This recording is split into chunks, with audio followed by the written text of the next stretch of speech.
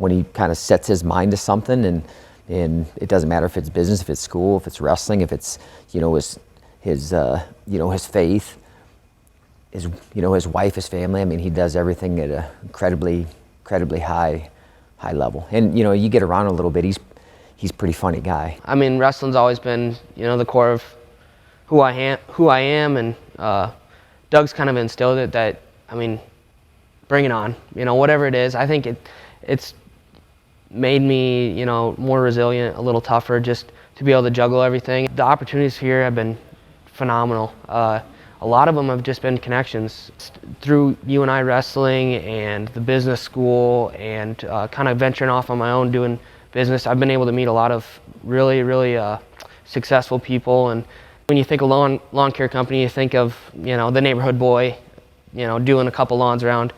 But I was really thrown pretty deep into the industry right away, and it's been just a great learning experience, something I really you know, feel passionate about. I kind of call him a caged lion in the room, because you watch him, that's kind of how he is, kind of pacing around. I think outside of here too, it's like always something to do.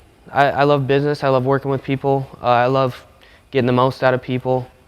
I love getting the most out of myself, and just a lot of the businesses that I'm in are service businesses, so just providing a great service to people. I know I've read some books that say pay yourself first or whatnot, but at the end of the day, these people are believing you, and you got to make sure they get paid. He really cares about his team. You know, he's started to take some of these young guys underneath his wing, and you know, that's something that you want to see, that kind of mature and growth. You know, he's been All-American before, but there's just been a whole nother level to him this year. We put in some hours. I know there's a couple times that we would finish a job at like 10 o'clock at night, and then I'd drive here and work out with Doug. Sorry, Allison.